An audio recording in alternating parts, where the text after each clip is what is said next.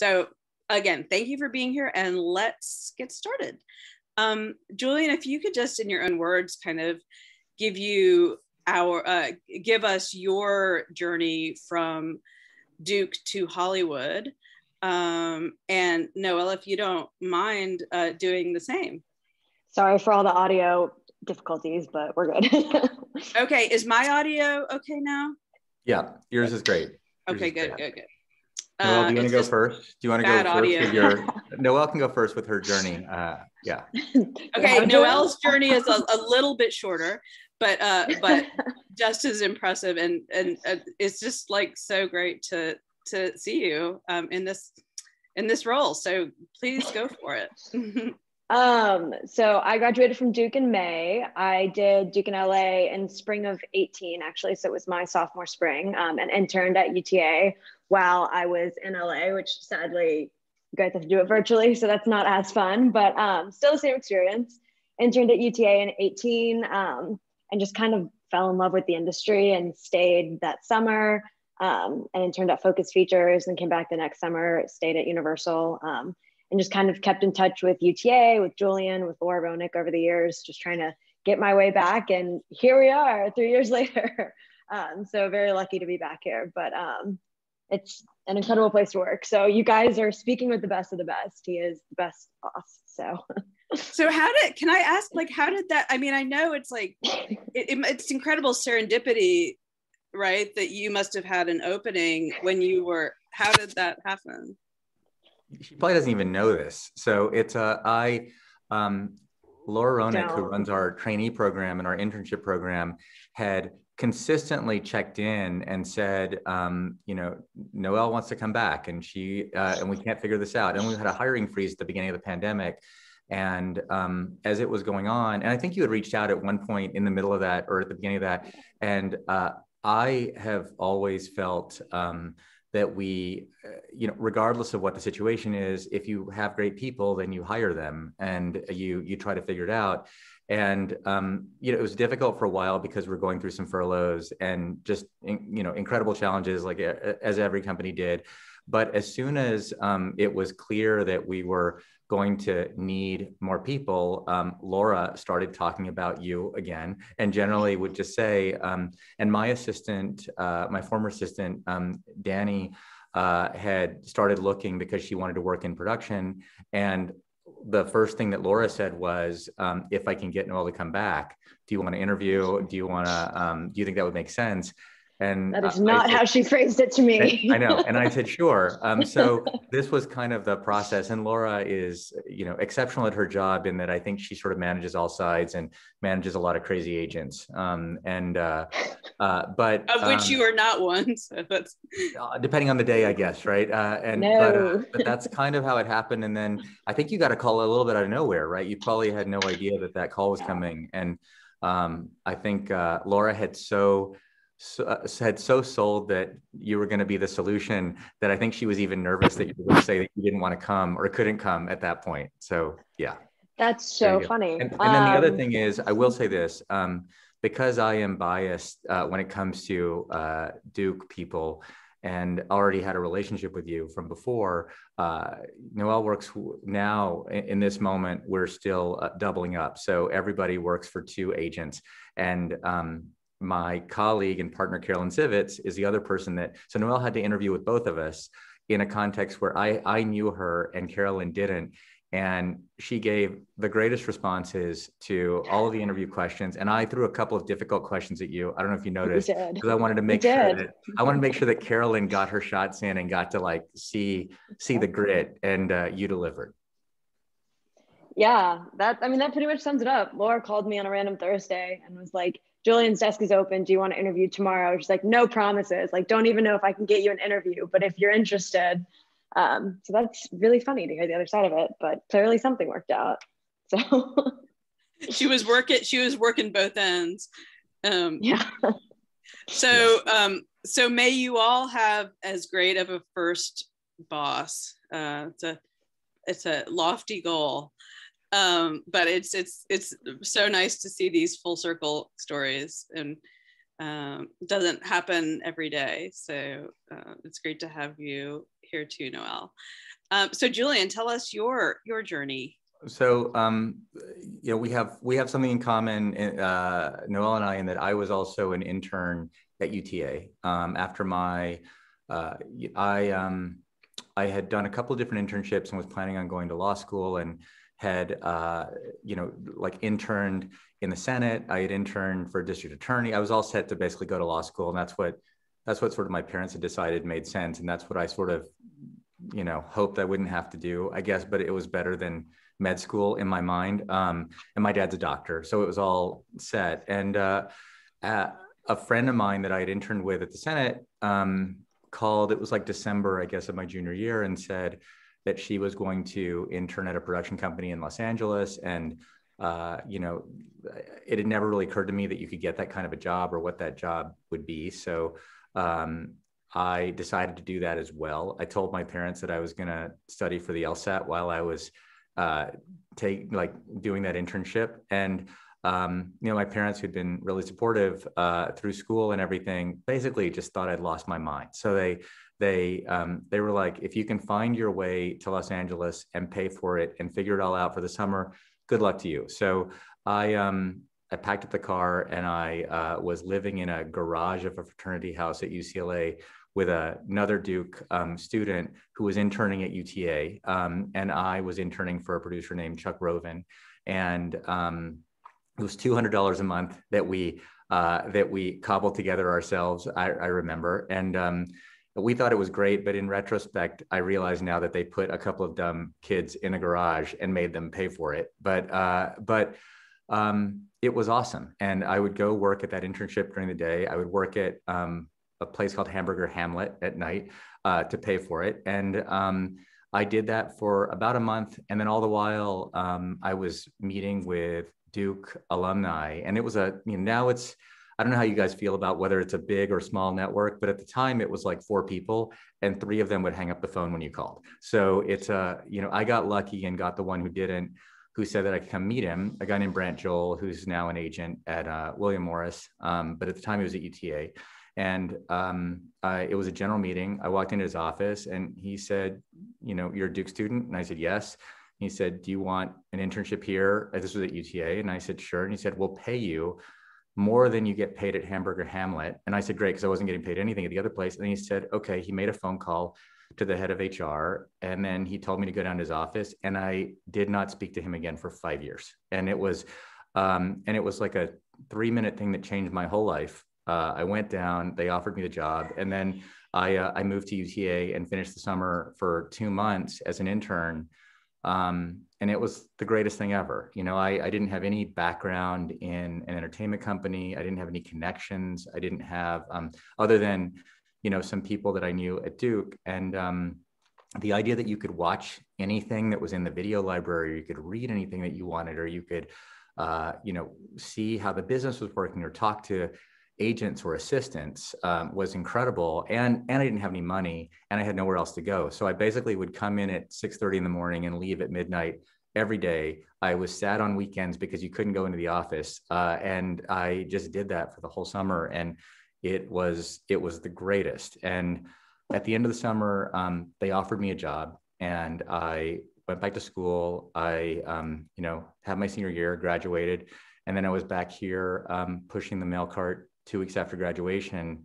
And my parents were profoundly disappointed for years and years and years and years. It's my favorite story that's not flattering to my mom is that when I made partner at UTA, I called to tell my parents, and I thought she was going to start crying. And she said, does this mean you're never going to law school? So there you go. So I can relate to anyone whose parents feel that they should be doing something or don't understand this business. And it's and you know, even at that point, it was very hard for me to be articulate about what I do, or, you know, why my name's not on anything, or, you know, like it's a common question. I mean, you'll find when you go into the workforce, people will always say, what do you do? And what does that mean? And, you know, who do you work with, or what is, and it's very difficult to answer those questions, especially as an agent, because you don't always have those tangible things that you can point to. And when you do, it's a little murky.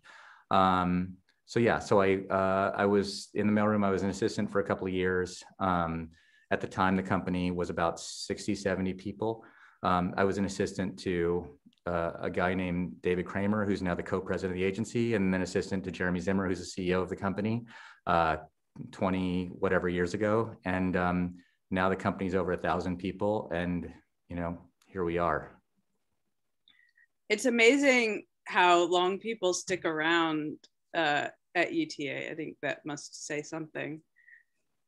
There are definitely some people who have been here. There's a class of people or a group that, because when you're in the mailroom with people, you kind of are in these classes in a sense. And there are definitely some people in my zone who've been here for 20-ish years. And it's fairly unique at Hollywood companies. Oh, I mean, like, people move around so much. It's really kind of quaint and sort of old fashioned. It's great. And it's, heartening. So this is kind of incorporating a couple of student questions. So it sounds like you didn't put a ton of thought into interning at UTA. It almost just sort of happened. But then you fell in love with it. You fell in love with just being in that environment. Do you feel like you just got lucky, or do you feel like there was something that you did that got you from here to there? Something I've thought about a lot, because I do feel that I was really lucky in the sense that I landed at a company that was small enough that I could grow with it. I could learn a lot because it was small.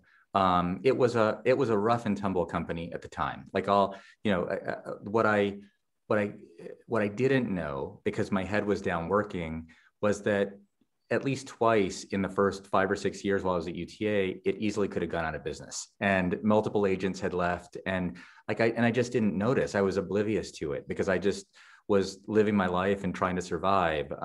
Agencies are really rough places, certainly were at the time, and continue to be challenging places. And you are all peers with people who will go off and go to law school or med school or wherever, or they'll be consultants or work in an investment bank, or and their experiences might be radically different from somebody who goes into the mailroom, where you are effectively in a pool of people who are then vying to get on a bad day a super crappy administrative assistant job, and on a good day hopefully an apprenticeship where you have a good relationship with people and they care and they're invested in your career. But but there's a lot of randomness in it.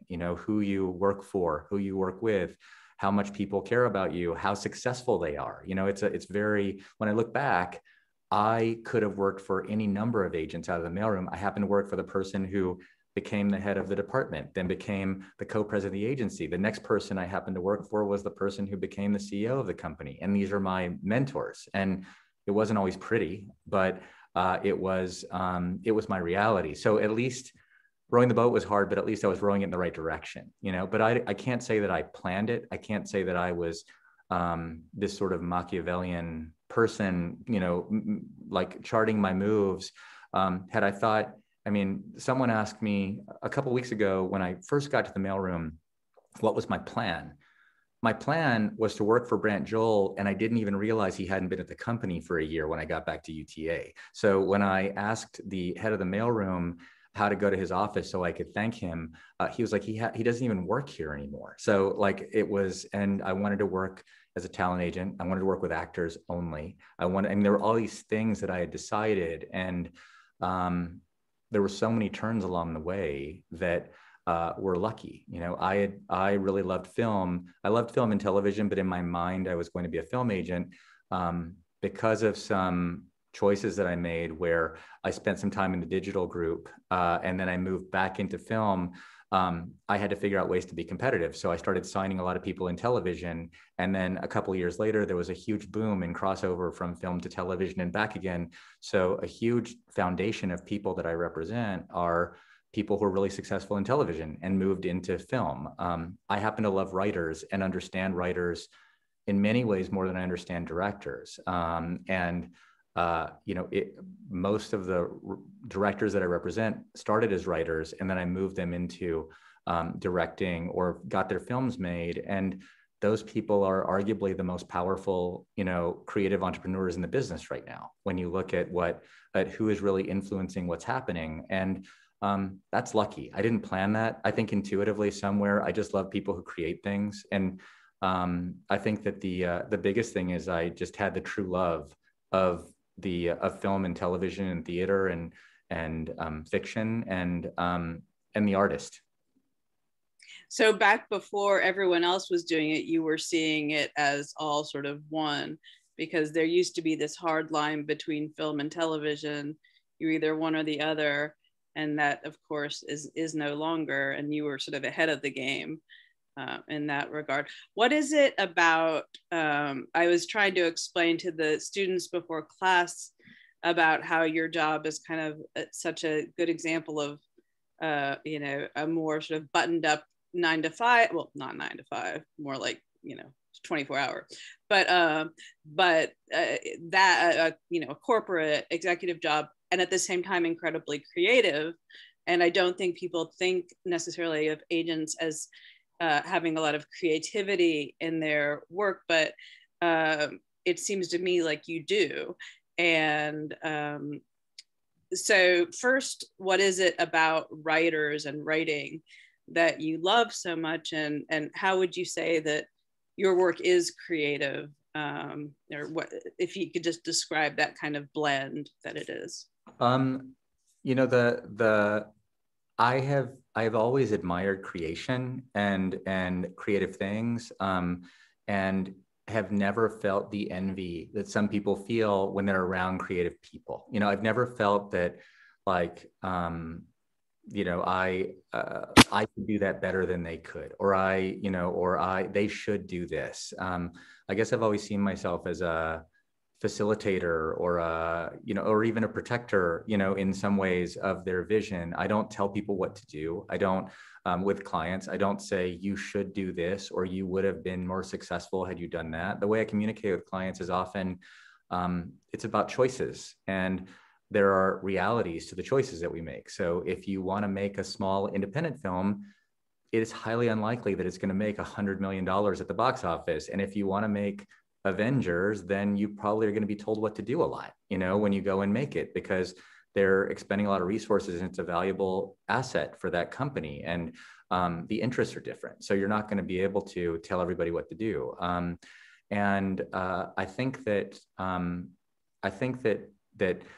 different clients invite you into their creative process in different ways. I have clients who send me every draft. I have clients who only send me the draft when it's done, and I think that when you've been doing it for a long time and you've lived through your iterations of frustration with clients of why are they not delivering faster? Why are they not writing faster? Why are they ignoring the phone calls, or what are they hiding from? I remember one particular client who was always late and would always hide, and because you have these due dates on the things that you're supposed to work on, and he would just never engage with people. And it was like clockwork. I always knew, like, in month 3, I'm going to get the angry phone call from the producer, the angry phone call from the studio, and he's going to become indignant, and it's going to be an entire experience. And then I'm going to buy time for 6 weeks, and he's going to deliver the draft, and it'll be fine. Right. And I remember I decided, like, now's the time for the come to Jesus with him. Right. I'm going to go to his house and we're going to have a whole conversation about it. And I'm just going to say, why? Like, let's skip the part where you torture everybody and they get mad at you and I have to, protect you and all that stuff. And I walked into his house and we went back to his office to have the conversation. And I looked around his walls and he had note cards everywhere. And a lot of writers, they create boards, right, where they build the stories and they get to move the note cards around if they move scenes around and things like that. And the amount of torture that he was going through and the labor in getting a script done. And, I represent clients who are supernaturally talented, right? We can talk about an idea today and they can deliver a script in a week and a half and it's great. And then there are clients who could spend 2 years on it and it might be great in 2 years, but it's not going to be great in a week and you won't see anything. And then there are many in between. And he was one of those where I realized that it was through sheer force of will that he had a career in the business. I mean, he just figured it out and had the level of discipline to grind and grind and grind until he had that 110 pages of legitimate screenplay and a movie. And he'd gotten many movies made, but it was hard fought. And I think there was a level of humility that came at that point where I'm like, I don't know what they do. I don't know what their process, I don't know what's going on inside or how hard it is. And it's an incredible act of courage to say that you're an artist and to go into the world and say, like, it's going to come from me and you're going to judge me based upon that, really solely me. Like we can try to deflect and talk about other people and how it's a collaborative medium, but any way you look at it, I'm going to own it. And to be able to do that again and again and again and have a career doing that is an incredible thing. So the idea that you get to work alongside those people, I think has to be cherished. And I feel really lucky. So, you know, in terms of I never feel creative frustration because I don't feel entitled to creative involvement. I feel that it's my job to be honest with people that I work with and only work with the people that I think I understand, you know, either artistically or as people or hopefully both, and do what I can to help them get to where they want to go. So that, I mean, I think some people would argue that that is a whole creative endeavor in itself, being able to help someone shape material. There was a really great question that one of the students had. If you have any examples of times with one of these clients that where you do go through drafts with and where they brought you something that wasn't complete and that you helped shape it and helped shepherd it, what does that process look like? You know, it was an interesting question because I had to think about it a lot, you know, and I'm sure there, and because I've read many drafts of many scripts and gone through, you know, many iterations of scripts with people. And it's possible that I've influenced things, you know. I guess it's just not the way that I think, you know. I don't spend a lot of time thinking about where am I in that screenplay. Or where am I in that movie? It's not important to me. And what is important to me is whether or not they get to where they want to go. And I don't mean that in some kind of Pollyanna blow off way. I genuinely don't think about it. And so it's even, I would even say it's uncomfortable to me when a client credits me with something or acknowledges me or thanks me for a specific, I mean, there's someone I've worked with for the entirety of my career. And we were talking about a script that he was delivering just last week. And he said, it changed everything for me when you and I were having the conversation about 80s comedies. And like, you know, in if you read screenwriting books, particularly like the canon of screenwriting books, Robert McKee and William Goldman, they will talk about how a proper screenplay is somewhere between 110 and 120 pages. And you have, you know, a 30-page first act and a 60-page second act and a 30-page third act. And I have always been obsessed with movies from the 80s because that's not the way they're structured. You know, first acts are 45 pages, sometimes more. It's sometimes insane how long the first act is. And the second act is really short and the third act is, you know, really long. And, you know, the biggest torture that many writers will tell you is the second act.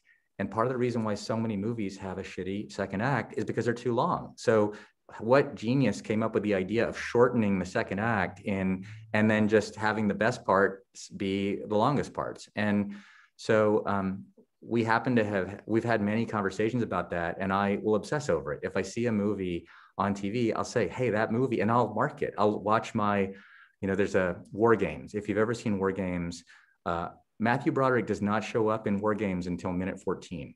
How's that possible? The movie is like 90 minutes long, right? And yet, he's on the poster. It's all about him. He's what you remember. There are like 14 people who show up before then, including a computer that you don't understand at that point. And like, that's the movie. But that's incredibly common in movies and in the 70s as well, like where you just saw a different act structure. And at some point along the way, someone decided that it had to be this way. And many movies since that are studio movies, like again, you can pull your watch out. It's like, oh, here comes minute 25, 26, we're almost there. And then you're like, something happens to you inside where you're almost disappointed if you're not at the first and second act turn. And if you're not at the low point at minute, whatever it is, 80, right? Or 90. So this is stuff that I think about. So I'm sure there are contributions that I've made in terms of just the general conversations, but it's much more philosophical and random pontificating as a fan than anything else. So something you're doing helps them get in touch with what they're trying to do. Here's where I do think that where I will say that I think I contribute is I believe that people do their best work when they feel safe and when they feel protected and when they feel understood. And I spend a lot of time telling them to just worry about the creative stuff and I'll deal with the rest of it. So I think that is probably where my most relevant contribution is. That sounds like sort of what an actor would dream of hearing from their agent too, I think. And the whole idea and their director feeling safe and being able to do their art. That's incredibly, and I think for all of you taking screenwriting classes, that's very interesting to hear. Like you probably are learning 3-act structure, that maybe it's good to learn the rules, but there's a lot of times when the rules don't work exactly the way maybe they don't work out for you, and that's okay. That doesn't mean that you weren't meant to be a screenwriter if the 3-act structure doesn't feel right. So I think that that's really, I've never heard you put it quite that way. It's really making them feel safe. So I think that's kind of a good segue into sort of this idea of agents versus managers. And a lot of what you're describing sort of sounds like the kind of work that, people think of what managers do as sort of shepherding or hand-holding or helping, shaping, rather than a lot of people think of agents as just like getting the deal done, finding the job, connecting the person with the job. But obviously it's a lot more than that. So how would you describe the difference, or do you feel like it's overblown, the difference between what agents and managers do?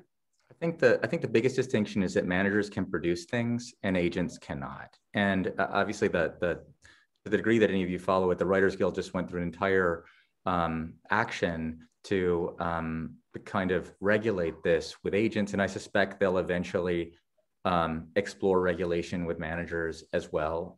But it is, I think that's the biggest hard distinction. In terms of the rest of it, there's so many blurred lines in terms of what people can do. There are, if we're technical about it, managers are not supposed to procure work. Agents are, not supposed to own things. But realistically, managers procure work all the time, and they're involved in that stuff. And agents give notes and develop clients all the time, and are deeply involved in that stuff. I look at it this way: whenever I'm asked by a client if they're considering a manager, or if it's kind of early days, or if we're having this kind of a discussion, the standard amount of money that managers and agents take is 10%. And so if I'm paying somebody 10% of what I make, I'm going to take everything, right? Like every single thing that person can offer. And I almost feel it's irresponsible to not expect everything from that person. So I always encourage clients to feel entitled to get everything that they want. They're to me, and I'm not a great person with those boundaries, but I would just say, if you want notes, then let's do notes. If you want me to read the 15th draft, let's do that. If you don't understand why we're not talking about this, then this is, to me, it's incomprehensible that anybody would pay that amount of money and allow themselves to be organized in a way where there are limits to what they can ask for, when it comes to work. So that's not what a lot of my colleagues and peers and et cetera love. But I will say this, in spite of the kind of cynical way in which I think a lot of people perceive representatives, agents, managers, lawyers, et cetera, in the business, I do think there are an extraordinary number of people who are real true believers, that's, I mean, so I think that's like, there was a question that kind of hits this area. The question is, do you suggest that aspiring writers, directors get representation as early as possible in their career? If so, what is the best way for them to find and connect with like-minded, caring agents or managers who would truly advocate for them? I think that's a great question, because depends on the discipline. You know, I think it's very hard to get any kind of work or any kind of attention as an actor if you don't have representation. So because you need people to let you do things, you know, and it's, so if you don't know where to make the calls or who to give things to or who to talk to, then, or even how to present yourself, it's as simple as, who do I even call to get auditions, right? So you have to have somebody. And so I would definitely say you want somebody as early as possible. As a writer or a director, I think of things a little bit differently. But where I think they all have something in common is, it's much harder to unravel the damage of a bad representative than it is to be patient until you're ready and get a good representative and somebody who fits and someone who makes sense. It is shocking the amount of damage somebody can do in a very short period of time if they are not reputable, if they are speaking for you, if they're putting your material out there in a bad way, if they're putting you in business with bad people. And there are a lot of those available. So that I just think if it feels weird, it's weird, right? If it feels like somebody doesn't care, they don't care. It's not that complicated. And I think that unfortunately, people at the beginning feel a desperation, understandably, to have a connection to the business and to have access. And people who are really good in this business don't have access problems. They don't mumble when you ask them difficult questions about, why can I not do this? Or why can I not do that? Or why is somebody, you know, why will people not pay attention to this? They have answers when you ask, what do I need to do, right? What else do I need to do?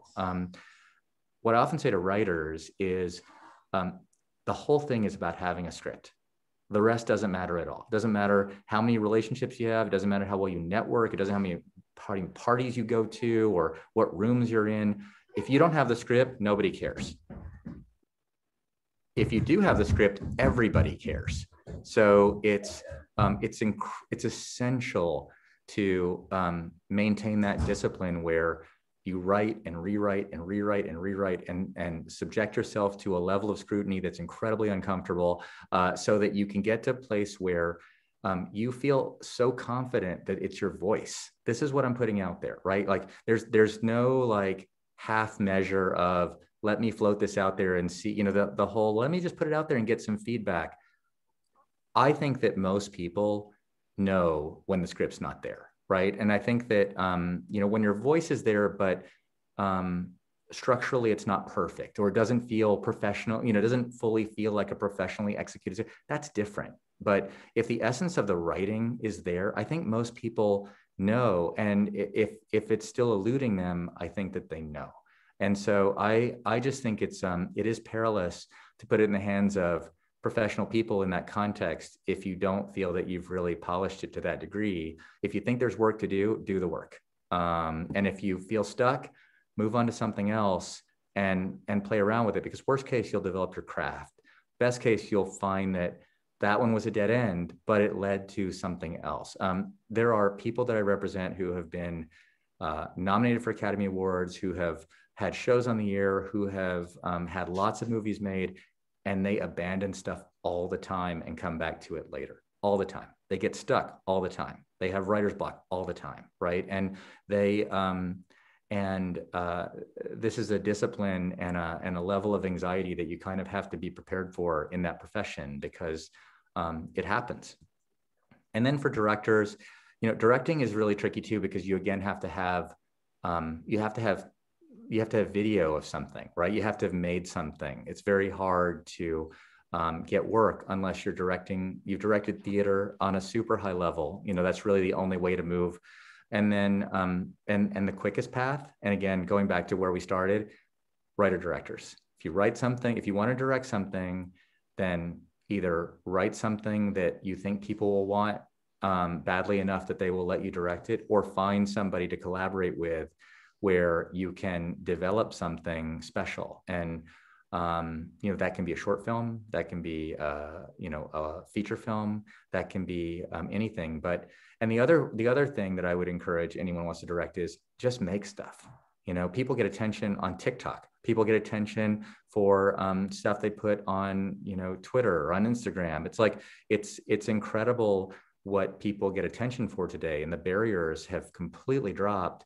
But if you don't make stuff, you're not going to get the attention. So make stuff and see what works. Experiment. So can I just ask, so you're saying when it comes to a script, it should be absolutely as polished as you can make it. But when it comes to sort of putting your work out there, can you see raw talent? If you saw someone's TikTok that, maybe it's not like polished and perfect, but you can see that person is worth. I think it's human nature. I think the consumption is different. I think that people can do a 20-second thing, right, or a 10-second thing, and there's promise, right? You can, and it's not scrutinized in the same way. And so I think oftentimes it's probably the same way that you, if you're on social media, that you scrutinize your own tweets, or you scrutinize your own Instagram, or does anyone care? Is anyone going to care? If you put the same level of scrutiny into every piece of writing that you put into someone's hands and ask them to read, it would probably serve you well, and that I think is because I think it's too much pressure to say, is this piece of writing going to change my entire life, right? But instead, is this entertaining? So somebody that I represent, this was a shocking thing to me. You learn a lot from clients, right? And I always ask questions about their writing process and the whys, and challenge convention. I tend to be somewhat defiant in kind of in the face of the standard ways of looking at things. And he and I were having a conversation once, and we were talking a bit about this whole, you'll read, again, in the screenwriting canon, you'll read, you should grab the reader in the first 5 pages. And if you don't, then it's not good enough. And he and I were talking about it. And again, this is one of the most highly sought after screenwriters in the business. And he said, that's stupid. And I said, I agree. I think it's crazy that we would script. He said, no. In the first page, in the first word, in the first paragraph. He's like, I feel that level of pressure with every page. And he's like, if I don't care, why would they care? He goes, I know the bits where I guess I need to get through page 3 to 5 so I can get to the scene I really want to write, so that I can this, so that I can that. And he's like, cut it every time. And he cuts it every single, and the level of discipline. But this is, again, I watch the torture, right? The self-torture that he goes through in the process. And I always joke with him and say, it's the pacing around time, right? It's the time when he's in his outline phase and he just paces around. The other thing he does is he writes his first draft in longhand. And the reason he does it is because he feels that it's so painful to make corrections and to edit when you do things in longhand, that it forces him to have the discipline to think about all the words, to think about the scene, to think about the construction of what he's done, and to have a really strong outline before he goes and does it. And that's his technique for self-discipline.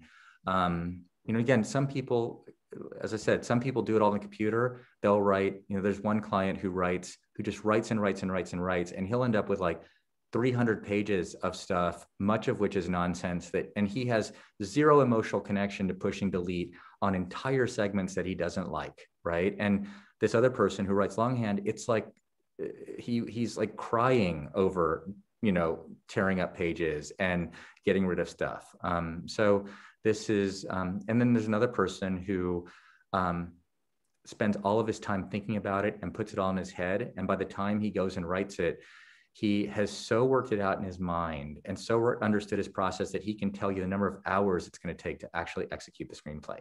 And that's what happens. He, and it's like months of thinking and thinking and thinking, and then he just goes off and does it. And there's a writer director that I work with who just adapted a book, and she, it's a book she loved her whole life and thought about her whole life, but she took 9 months to write it. And by the time she delivered the first draft to the studio, she had written 15 drafts of it, and she had just gone through the experience over. So everybody's different, but that's the level of discipline that you're thinking about looking at competing with if you want to be a professional writer. There are very few people who, again, it just comes out of the computer, it just doesn't really happen. And it's the same thing with performances, same thing with actors, same thing with directors, et cetera. Yeah, so I want to ask one more student question, then I want to let them sort of open it up so that they can ask their own questions too and follow-ups, because I'm sure there's all kinds of stuff going through your heads now. But I do think this is an important one. How do you identify clients? Where do they come from? What is your process in finding fresh talent? So I've never really had that gift that some people have where I predict the marketplace, where I feel like I know that this is going to land and this is the voice and this is et cetera, right? Or this is where the world is headed. So instead, I've just always focused on people that I connect with, particularly emotionally. If I really understand the writing, if I'm moved by it, if I remember it, that tends to be it for me. It doesn't have to be, that's been playwrights. It's been first-time screenwriters. I've picked stuff up out of the slush pile before and signed people. There are people that I've been referred to by other clients. And as you sort of progress in your career, people tend to get a sense of your taste and things, it sort of is self-reinforcing, I guess, if that's a way, that's not redundant, but it's, but for the most part, it's just a gut sense. It's, whenever I'm asked, what are your favorite genres? What are your favorite? I represent people who write in all different areas. I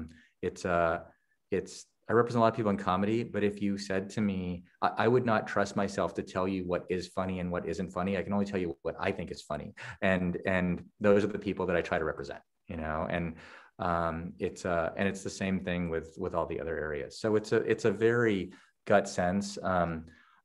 Even early days, I passed on a lot of people because the way I would say it is, I just don't feel confident that I know how to sell this person or sell this script. I don't feel that I'm the right advocate. And I never felt the anxiety of, if I pass, then somebody else is going to do it and this person's going to be super successful. I honestly hope they're successful. I just don't think they would have been as successful had I been the one representing them. So you have to really get their voice. And I mean, it makes sense that you also have to get along with them on a personal level because writing is so personal. You hope to, you do. And like people, I've been doing it for a long time. So I feel really lucky that I'm very close with most of the people that I represent, if not all of them. And there are very few where I feel like we grew apart, it's and as happens in relationships, but it's, but I think that's because I also believe in just being straightforward and honest with people in the good and the bad. It's a weird relationship being someone's agent where you are kind of their partner. You know everything about them. You know how much money they make. You know what their mortgage is. You know if their marriage is in a good place or a bad place. You know what's going on with their kids, if they have health issues. I mean, it's all, everything. And sometimes you have to be complicit in helping to protect them from the world knowing things that they don't want them to know, And so it's a unique relationship. So I do think it has to be real, or it's best when it's real. Okay, students, I have been asking a lot of your questions, but I know as you hear the talk, you probably have fresh ones. Ava. Hi, I'm Ava. Nice to meet you.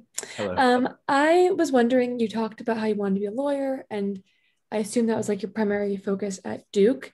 And I was just wondering when you like fell in love with like the industry or like movie making in general or scripts or whatever. And if you regret like not focusing maybe earlier at Duke on those certain things. So I double majored in history and political science, but I really majored in going to the movies and watching TV. So if I'm really honest, I think I saw 3 movies a week at commercial theaters, plus I would go see whatever Duke offered, plus I would go watch, every show that you can imagine. And I did that, and I was doing that when I was really young too. And I just didn't know it was a job, it just never occurred to me that it was a real job in my, in my youth. And even in college, it never occurred to me that that was a real option.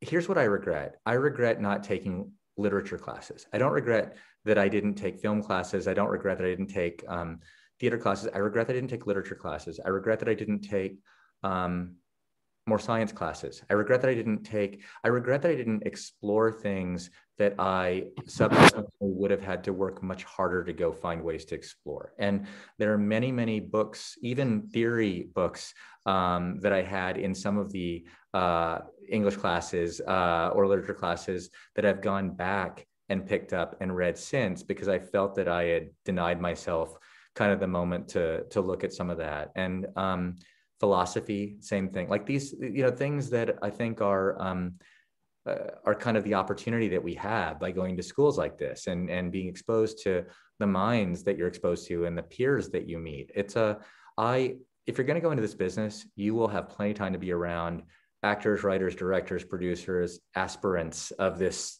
business. You're not going to have a lot of time to be around the other people who are doing different things.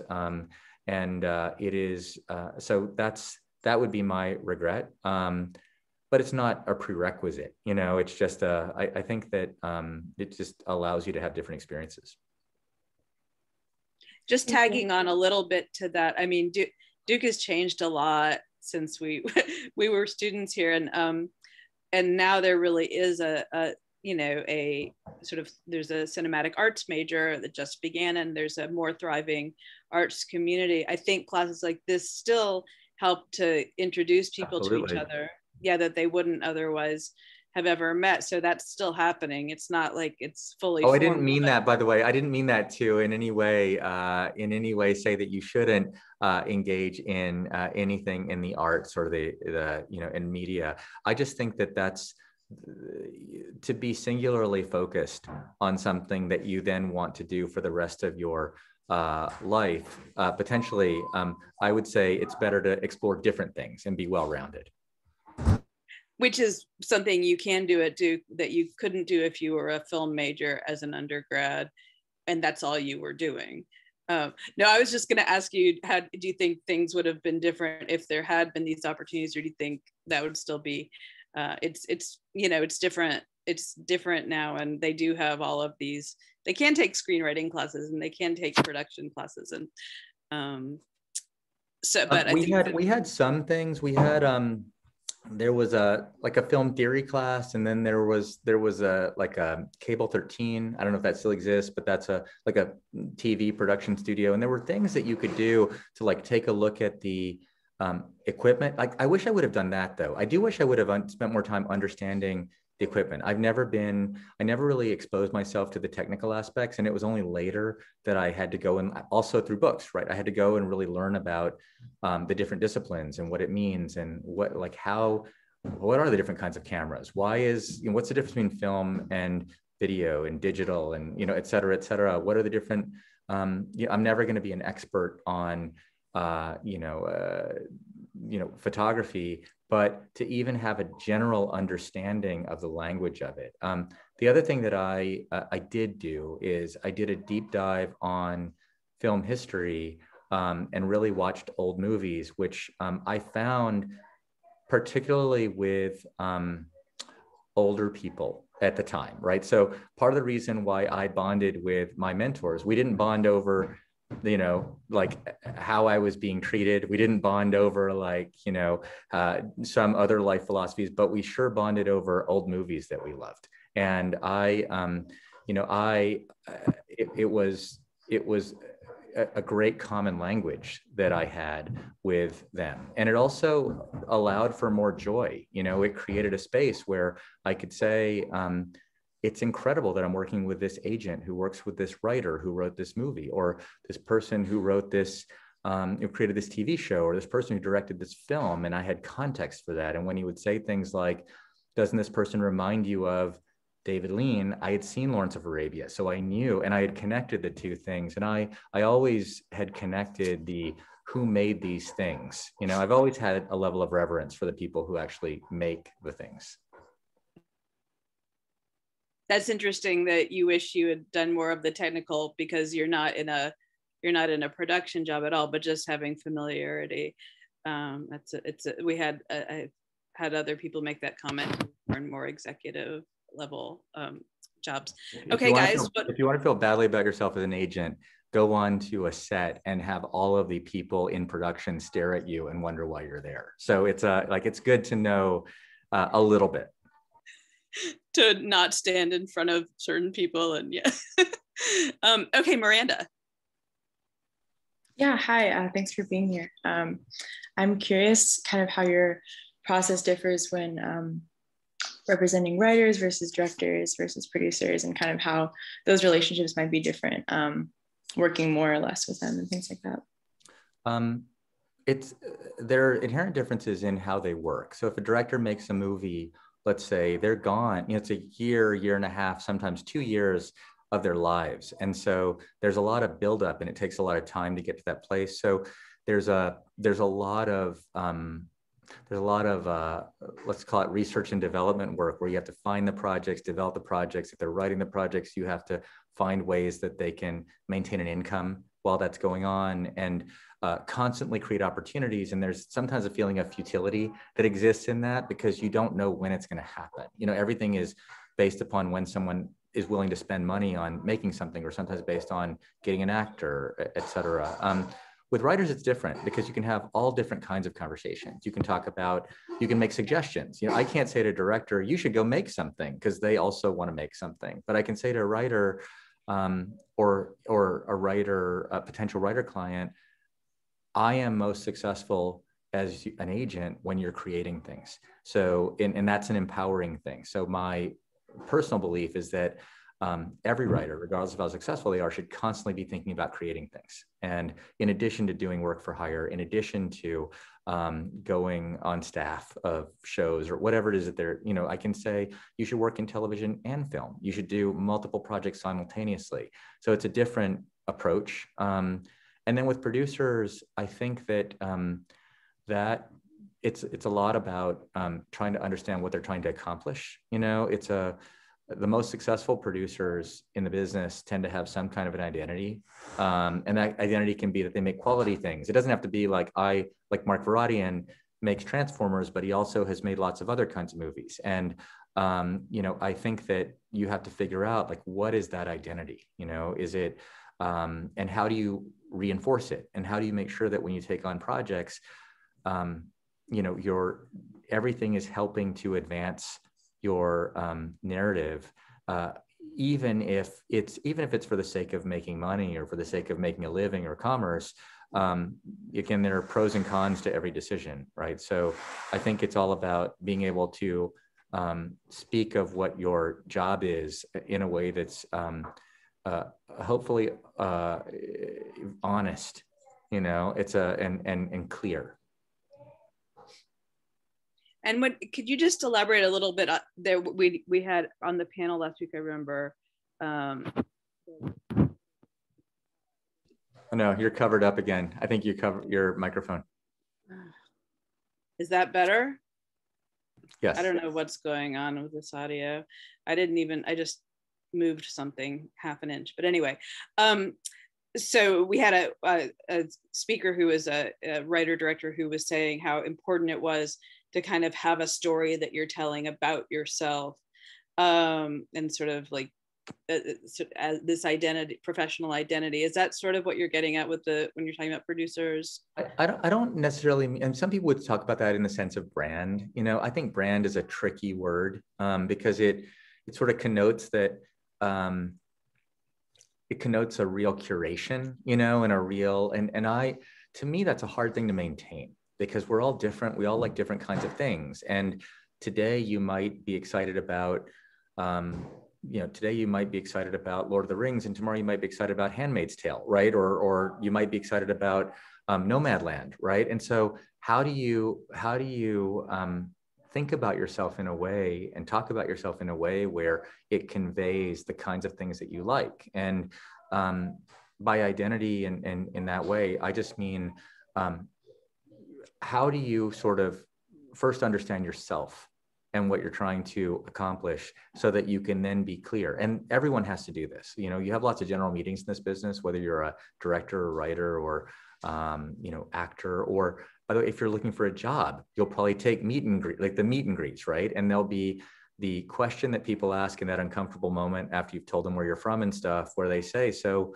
what's going on? Or what do you want to do? Or whatever. And it's important, I think, to spend time thinking about how you answer that question in an honest way. Because no matter how old you are, how experienced you are, where you are in your career, I think everyone has an answer for that somewhere. They just don't always know how to express it.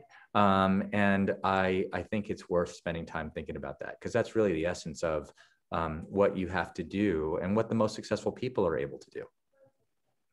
So something that they're passionate about that leaps out at you. Yeah. We see this all the time in interviews. You know, we have panel interviews at UTA, and I don't do them anymore, but I used to do them. And you would see people who would come in and rattle off. Like, the hard part for all of you is that, you know, when I was interviewing, there was no Google. So it's, you know, there was not the same expectation that you would come in with lots of information about the company or about the people that you're meeting with. Today, like, it's sort of expected, right? That of course you've done all the research, and of course you at least type someone's name in and have some basic sense of what's going on. But a lot of times in those meetings, people will ask general questions like, why do you want to be an agent? Why do you want to this? Why do you want to that? And it's always interesting to see the difference between the people who will come in and give you the, I loved Entourage, or I love, the power, or I love negotiating deals, or I love these 5 clients that I know will make you happy, right? Like, or, versus the people who come in and say, when I was 7, I went to see this, movie with my grandmother. And ever since, I can't stop thinking about movies. As like, I can tell you where I was pretty much for, like, I would say for 70, 80% of the movies I've ever seen, I can tell you where I was when I saw them. And I can tell you what movie theater. I can tell you in some cases, or many cases, who I was with. I can really do it from when I was a kid. I can tell you when I saw television shows, certainly the seminal ones for me. And I think a lot of people have that. And when people come in and do that, they get the job every single time, and it's because there's a connection, right? The people that are listening on the other end know those moments. They know what that is. So it makes a huge difference. That's great. Veronica? Hello. Thank you so much for talking with us. But in one of our readings that we had before this class, it talked about how when agents send out scripts, they usually expect a response by the next day, which is something that I was quite shocked about, because that's such a quick turnaround. And a couple of weeks ago, we talked to a development exec, which is who I'm guessing a lot of these scripts that you're sending out are going to. And so in that process, in that relationship, so you have your relationship with your client, or you're working on something. I was just wondering how the relationship when you're sending out things to production companies works, if you have a relationship with them, or if you know the development execs there, or if it's strictly kind of professional where you're just this is the work, or if you're attaching a note with it, kind of just how that kind of chain goes from you've been working with this writer on perfecting their script before kind of sending it out to see if anyone will take, and then you sending it out, and kind of what comes from that, or what that process is and what you're expecting, and what the writer kind of what you're telling them about this process. Sure.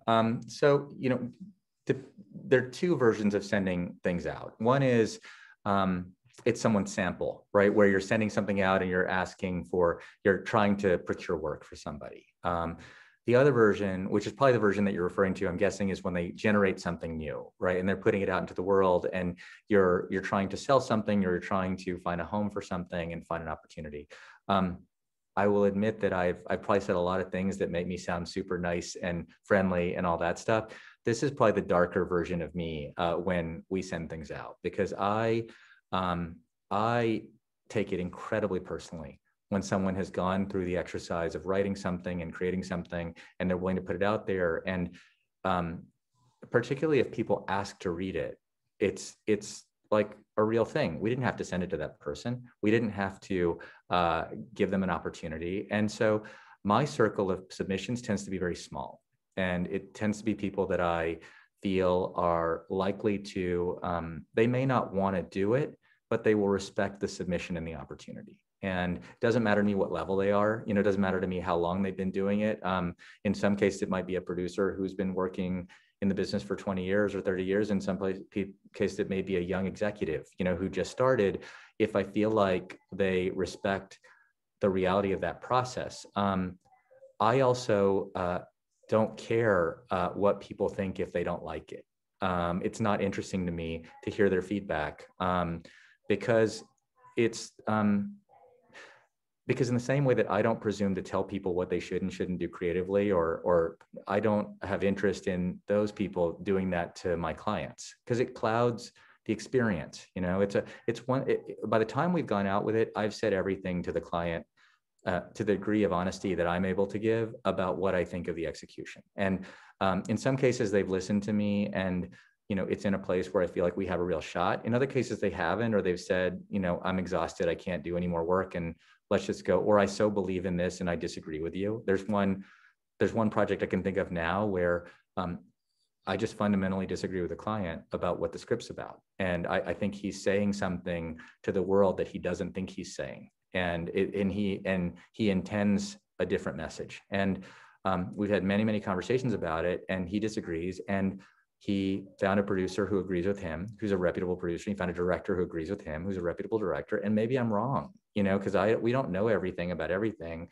But when we go out with that script, it's full-throated from me. This is take a look and we'll see what they say. And if they take shots at him, which I predict they'll take shots about, why would he write this, or why are these characters like this? I will say, well, I know him and I don't think that's what he's saying, and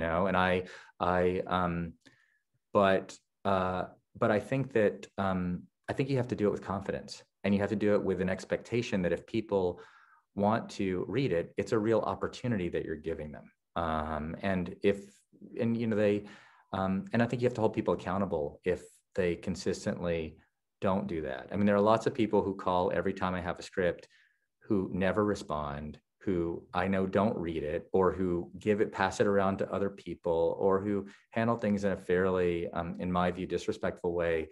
And I never make outgoing calls to them, and I don't put clients in business with them. So it's, and you learn that from clients too. You learn over time. There are clients that I represent who, whenever they send submissions, they want it to be super secretive and they want it only to go to a few people. And there are others who don't care and say, I wrote it, it's going to go out in the world, like what, it's done. And so you try to do things based upon what the clients feel. But I always feel protective of that experience because I know that they're putting it out there and they're going to bear all the scrutiny no matter what it is.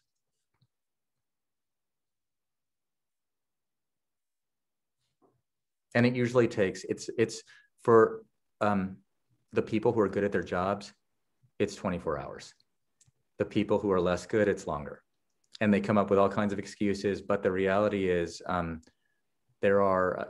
over time, you realize that there's a reason why certain people are successful and have long careers. And it's because they do things in a way, they treat people the way they'd want to be treated. It reminds me of the actress who came in, whose name is Ito, who I can't say what her new project is, secret, but it's really great, who's also a Duke alum. And she was saying how important it is to have a circle around you of people that you trust. And I feel like it sort of, in your business, that it's different, it looks different, but in a way it's kind of similar in that you have people you take material to that you trust, whose taste you respect, who respect you and your client's time. Would you say it's a sort of smaller circle than maybe some people think? It's one of the great things about this business is you can be incredibly successful as a writer with 4 or 5 strong relationships, and when you look back at your career, as a director, same thing. As an actor, same thing. There are casting directors who have made entire careers for actors, right? Who became early advocates and put them in multiple things and champion them with directors and champion them with, and I've seen it happen where they'll call the director and the producer say, you have to cast this person, right? I love them. I've been seeing them for 2 years and I know this is the part. And it's the same thing with writers. They're people who just, they just believe. And like art is inexact. It is, you're not going to succeed every time. And so you need people who are champions who understand that there's a rate of failure in creativity. And there are many directors who have worked with the same producers or studio executives for years and years and years and years. And some movies have worked and some movies haven't worked. And, my feeling is like, how many directors can we name where every movie is perfect? Like it's really hard, and you can try and you can go through it. But if they've made more than 4 or 5 movies, the answer is probably not that they are 100% successful. So I think that's the reality with scripts. It's the reality with performances. It's the reality with how we all show up to meetings, right? You're not going to do it correctly every time, but you try to do your best. Do we have other questions? I may go through. Brandon. Hey, Julien. Thanks for being here. I just have a question. I was looking through your client list, and it's quite impressive. Like Ronnie Rothman, I think Drew Goddard, I think even Randall Park. So I was just kind of wondering, like, throughout your years at UTA, since you've been there for such a long period of time, how would you say your experience has changed from when you had maybe, when you were struggling to find clients, now when you're, when your clients are all these big shots?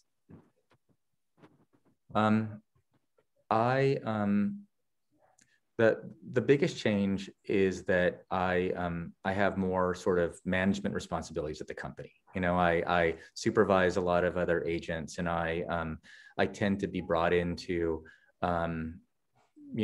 client issues where I can be helpful with colleagues and other people. And I tend to be much more involved with the overall organizational structure. In terms of the day-to-day with clients, it's very similar.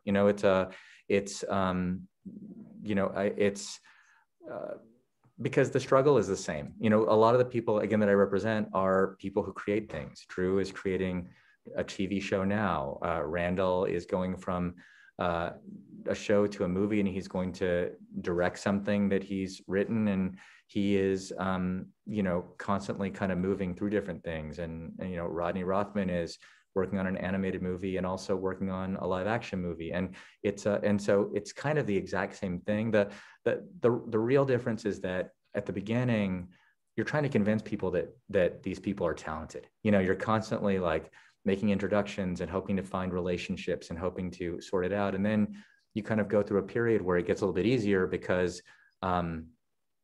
there's lots of opportunity, and they're saying yes a lot because they are excited to work, or it's a first time to direct something, or it's the first time to get a show created.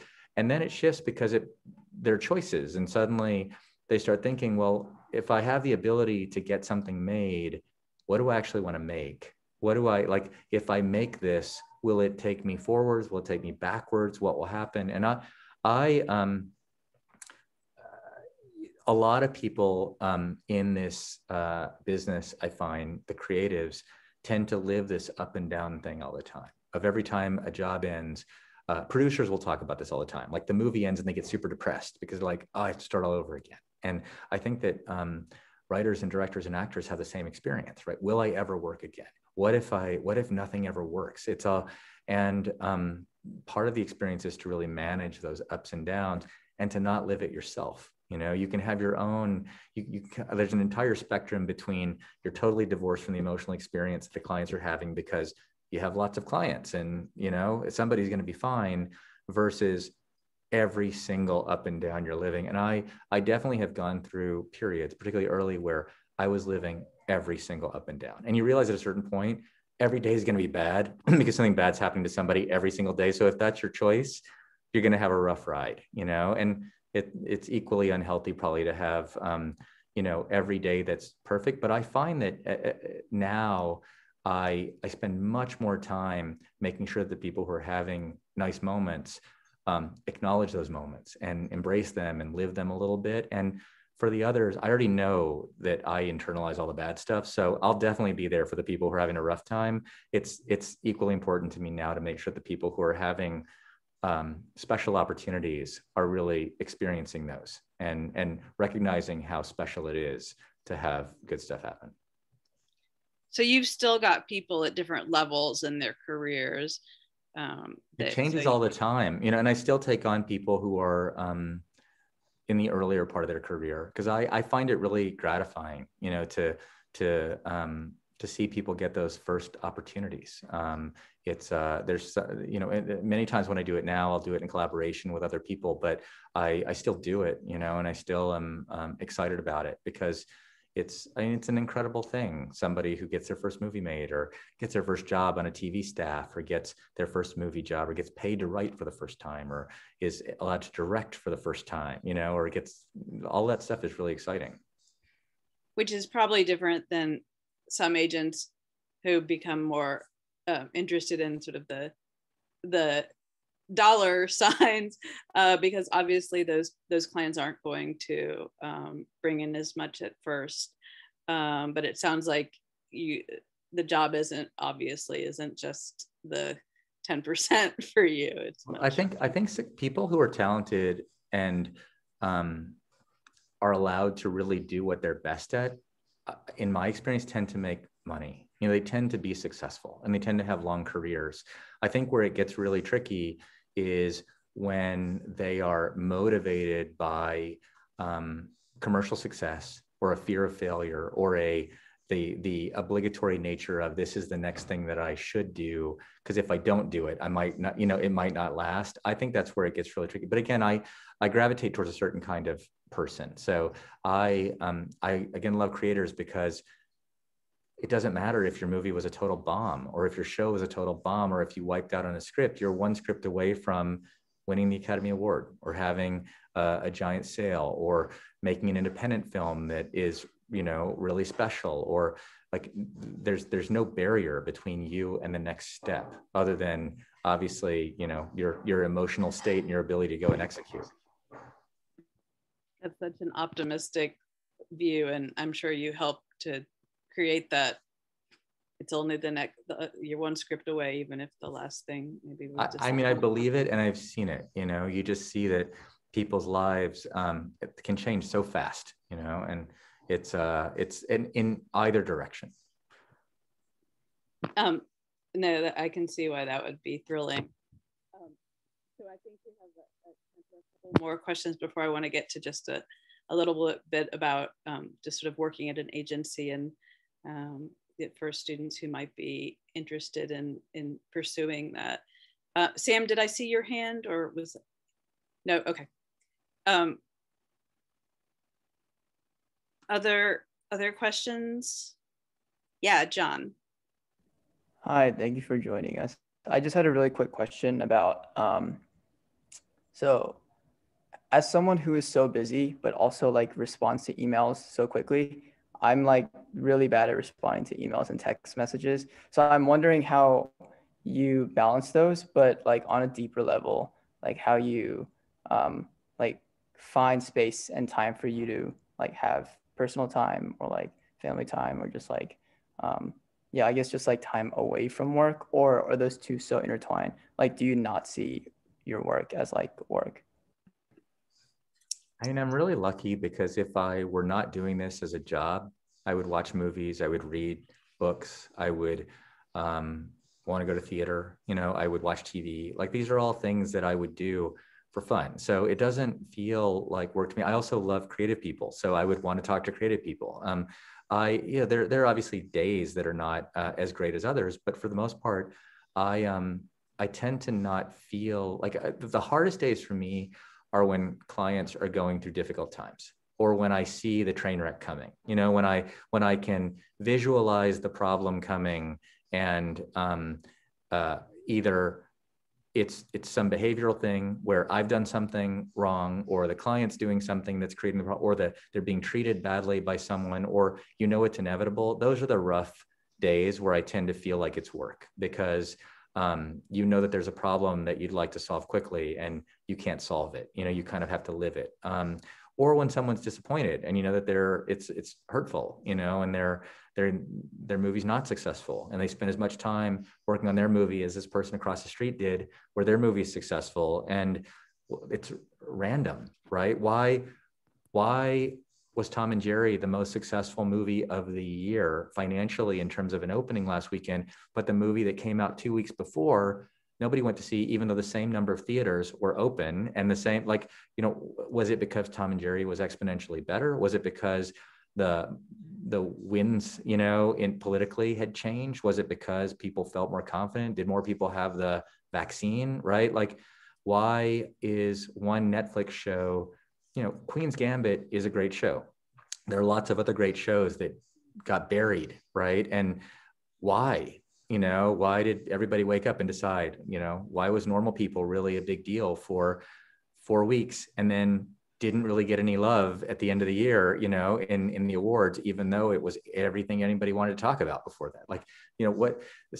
And what you realize is that behind every one of these things, somebody's living it, and you're representing people in all of these things. And there's a feeling of helplessness and randomness, in all of it, because it's very rare that something is just empirically better than everything else, where you just say, there's just no question that's a staggering achievement and it'll stand the test of time, and these other things are a notch below. It's rare, and I think that that level of subjectivity, or that nature of subjectivity, makes it really hard. So, but in terms of being responsive, in terms of all of it, it's never been an issue for me to balance the two, because I see them all as I see it as my life.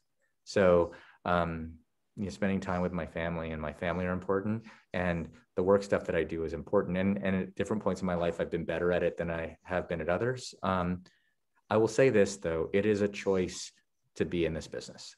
It is not like every other business. There are expectations, there are fewer boundaries in a lot of different areas. And to drop names, because you will see this with people, I've had lots of people work with Judd Apatow. If you send him an email, you will get a response within an hour. I have had clients work with J.J. Abrams. If you send him an email and you're in business with him, you will get a response that day. If you send one to Steven Spielberg or get a message to his office, you will get a response of some kind. Jeffrey Katzenberg is, legendary for calling everybody back every day, and everybody, and no matter who they are. And it's what I think about it this way. What can you control? You can't control. You can control how hard you work. You can control how responsive you are. You can control how polite you are. You can control your etiquette. You can control how you present yourself to other people. So it's probably best to take control of those things, because there are a lot of other things that you can't control. That's a really interesting way of looking at it. I think it is hard to, especially because email is become in a way so burdensome, especially during the pandemic, when everything is done to be on top of it like that. I think it is a way of sort of showing respect,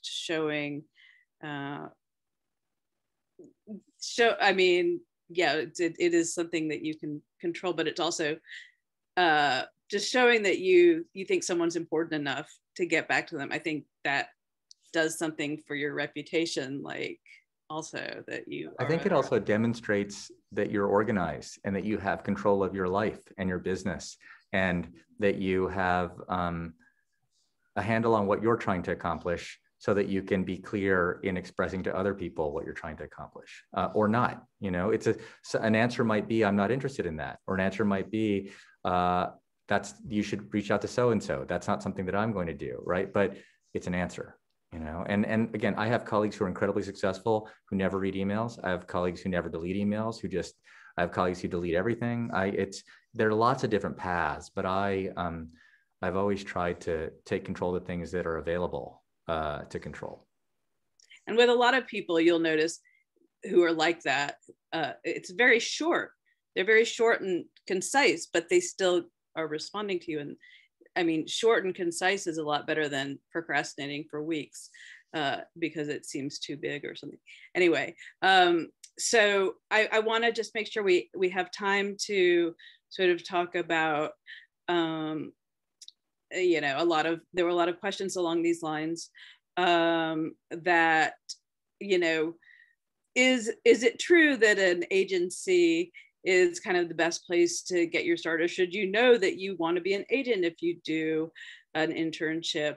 Also the issue of, is it true that it's going to be so grueling that and the pay is low that only certain people are able to do it? I mean, what would you sort of say to address those kind of common concerns about working in an agency? In terms of the best place to start, I think it depends on what you want to do. If your goal is to be a writer, then it's all about the writing, and you're not going to have a lot of time to write, and you're going to have a lot of burnout, and there's not going to be a lot of empathy for your situation at an agency. I would recommend that someone work, again, the world has changed. Like, let's assume we're in a non-pandemic zone, but I would say work at a bookstore, work at Starbucks over working at an agency if your goal is to write and you have to work, because at least you can control your hours, and you can control, you can give yourself an opportunity to have a clear mind whenever you're actually doing the work. At an agency or in that kind of a job, you're carrying it with you all the time. You know, there aren't boundaries. People are constant, and I think it's very hard to be creative when you are, when you are working in a place that is so focused on commerce and transaction with creative people. I think that for me, that would be very demoralizing and challenging. And, it's unless you're able to totally compartmentalize the experiences, I think it's just very hard to think I'm really working so hard on this thing that I'm writing every night, and every day I'm reading something I didn't like that sold well, or I saw something that was exceptional that didn't sell or is having such a hard time, or, I just think it's very difficult to ride all those roller coasters while you're also living your own. If you want to be an agent, it's great. If you want to be a producer or work at a studio, it's certainly a great way to meet a lot of people. I think there's more opportunity now to be honest about that than it was before. I mean, in the past, it was, don't tell them the truth, go in and say that you want to be an agent no matter what, and then hang around for a year and then, go send your resume out. Now because I think there are agencies understand that people move in and out more often, and I think over the past year and a half, there's been a lot more humility within agencies about what they're actually offering people versus what people are offering them, that I think that dynamic has changed a bit. So there have always been issues at the agencies with diversity, inclusion, and equity. And this is something that there's been I would say a real effort to address this over the past year. There were efforts before that, but there's been a different level of urgency over the past year. I think that, particularly there's an attempt to understand the challenges for someone who faces sort of socioeconomic headwinds and, what that looks like. I'll say that from my perspective, the hardest thing is that if you go to Duke and you have the opportunity to go do a lot of different things where you're going to get a really nice salary and job security and really apply your education, it's never going to be the same if you walk into an agency and take that job, right? They're going to make adjustments, but the adjustments are never going to satisfy you intellectually, satisfy you in terms of the job experience that you're looking for. They're never going to take advantage of the abilities that you have, because it is built as a grind. And I you know, there are ways now. More often, we've taken people in laterally who are executives in different businesses and came into the corporate side or came into other areas. But for people who just want to be agents, you know, it's very rare that people become agents without going through that assistant process. And I say this acknowledging that it was my least favorite time, maybe in my life. I hated it. I think I was good at it, but I probably wasn't. And you know, I don't think I ever felt worse about myself. And I never felt confident because there are no promises. So I never felt confident that anything good was going to come out of it. Now I look back on it and I learned a lot about a lot of the things that I think have helped me to be successful. I learned being an assistant. I learned through the apprenticeship of working with agents, particularly because I got to work with two people who do it very differently from one another and are both incredibly successful. And I still carry a lot of those lessons and a lot of the nuances, but I wouldn't have gotten that had I walked in the door and had people just said, "You're an agent, go represent people." You know, it wouldn't have been the same. So I have mixed feelings about it. You know, on the one hand, I think that things have to change dramatically. On the other, I'm not sure what a better solution is in terms of training people while also skipping that assistant step. And as far as socioeconomically, if it feels like it's going to be just too rough, especially when you've got consulting firms on the other side, do you feel like it's something that what's your advice to people who are? I mean, in a normal context of jobs that people get, right? I look at it through the filter of a Duke student, right? For purpose of this conversation, for the purpose of people, you know, who may not have the opportunities that you all have, right? And may not have the recruitment that goes on with Duke or other schools like that. You know, you get paid pretty well at an agency now because there's been a significant correction. You know, the hourly pay has gone up a lot. There are much better guardrails around overtime. There are much better guardrails around, you know, how people are treated. However, you know, we haven't figured out the feedback loop. We haven't figured out sort of the way that you give people progress reports, you know, so that they know where they're headed and what's happening. It's still a multi-year process to get promoted. And I mean, it's, you know, it wasn't so great to be a young agent either, because then it's all the same problems minus a safety net, because, you know, they basically then say, go make money and figure out how to make a living. So, and that still exists today. You know, we have young agents that we call coordinators who basically service the entire department. So if you're an assistant and you didn't like the agent you were working for, congratulations, you're now working for 30 of them, you know? And so it's this is kind of the process, but some of it's changing mainly because you have people who have been incredibly entrepreneurial and done it without these platforms. You have people who started their own business. You know, Rich Paul is a board member at UTA, and Rich Paul started obviously his own sports agency, Clutch. And, you know, he built a significant business, you know, starting with LeBron James, but now he has a number of different clients. He has a real presence in media, and you know, is now at UTA, but demonstrates that you don't need to be at one of these big agencies to have that. And you know, we have an esports division that was again started by somebody who built his own business, and you know, we have a social media influencer division that was started by you know, someone who, I mean, she built her entire business, and it was 40 people that she had put together from scratch, you know? And so I think that because the world is changing so much, the real entrepreneurs are able to bypass this. But, you know, it feels a little bit disingenuous to say to you, like, you can skip the mailroom by starting your own successful agency, right? But it's the mailroom still remains the path of choice for a lot of the agencies, unfortunately. And I mean, it's honestly any career you're going to go through several unpleasant jobs, no matter what the field is. So sometimes and you have to learn, you know, there's a learning is not free in the workplace. And that's a challenge always, for sure. Yeah.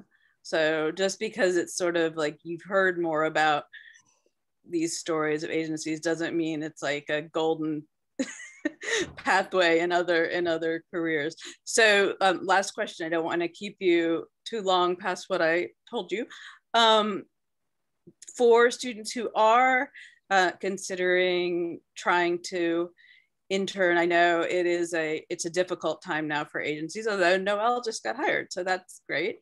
To intern or recent graduates who are interested in the agent trainee program, what would you say to them as far as pursuing those? I would apply to all of the agencies, and you know, the thing that's really great about this business is that the opportunity for experience matters. You know, a lot of the people that you'll probably hear talk to you, they probably started at companies that were very small when they started, you know, and the same is true now, because that's where you get the real experience.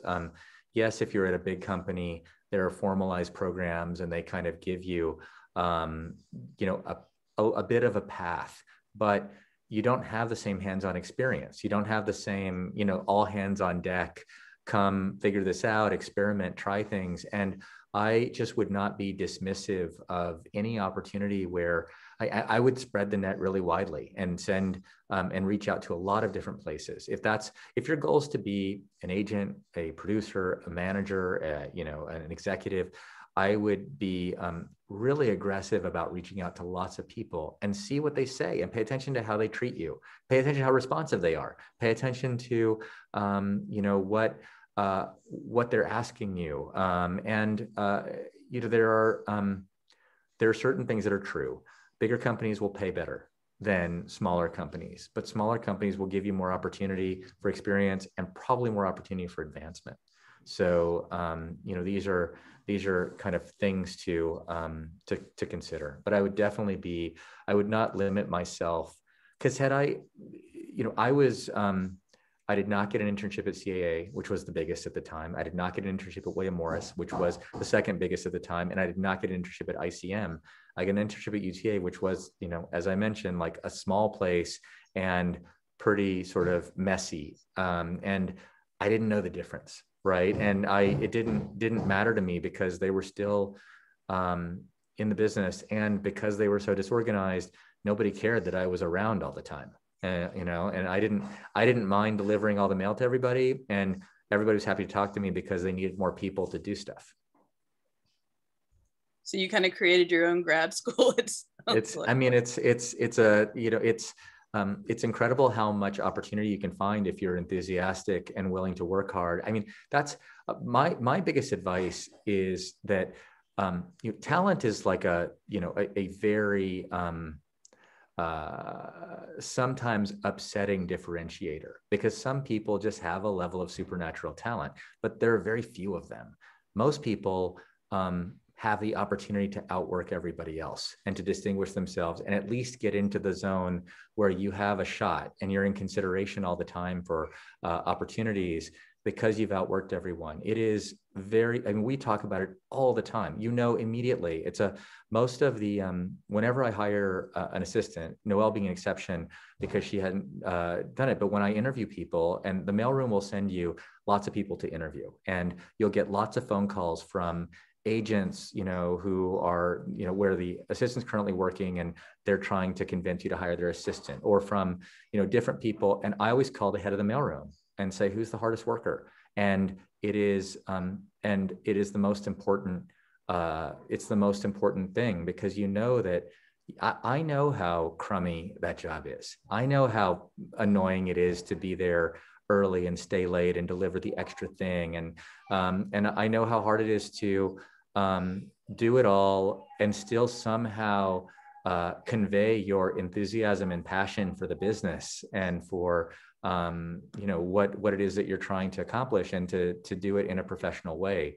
So it's incredibly meaningful. And I don't think I'm unique in that. I think that I know, because my partners and colleagues talk about it all the time and notice it. Like, look how professional that person is, or look how hard they work, or look how enthusiastic they were when they talked about that movie or that project or that performance.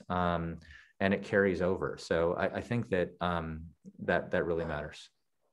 That's incredibly valuable advice. And I think there is a common denominator I hear from so many internship coordinators and bosses and alumni, that there's something about Duke students that does create that work ethic in so many people. And I think that is part of the reason why there's so many successful alums in Hollywood, getting higher and higher, and why Duke students or Duke alums love to work with other alums. There's just something that it would embarrass her. It would embarrass her if she was on here. But the question that I asked when my partner and I were asking Noelle questions, because it was pretty much done for me, because I had already known her. Carolyn, my partner, was very concerned that she had no experience and had not worked in a real way in the mailroom, had never worked for an agent, had never done any of that, because she had to go in and immediately figure it all out, and she wasn't gonna have a lot of training. So I said, why do you think you can do this, given that you don't have any experience and given that you have never done this? And to her credit, she said, I've thought about this for 3 years. This is all I think about, right? Like, from the moment that I knew that this was a job, I've thought about how to do it. I've wanted it. I've followed up repeatedly with Laura Ronick, the head of the program. I care about this, more than anything. I know exactly what the job is. And there are a lot of things I don't know, but I assure you that I will spend more time than anybody else will figuring it out. And I mean, it was clear. And it's like, we got off with her and I said to Carolyn, what do you think? And she's like, how do you not hire her? Like, how do you not hire her? And we'd met 7, 8 people. She's like, it's not even close. So I think that stuff really matters. Yeah, I mean, I don't know how you wouldn't hire someone that said that. I thought she was great already, but then when she did that, it was real easy. Wow, that is a great note to end on, because all of you, are we've got juniors and seniors here. We got people that are going to be in that, moving in that direction pretty soon. So I feel like you just got a huge amount of valuable advice to process. And thank you so much, Julien, as always. You're just living up to your reputation every time you come to class. It gets better and better. Thank you, students, for your great questions. And I think, unless you have any parting words, Julien. Best of luck to everybody, and stay safe and hang in there. Thanks so much.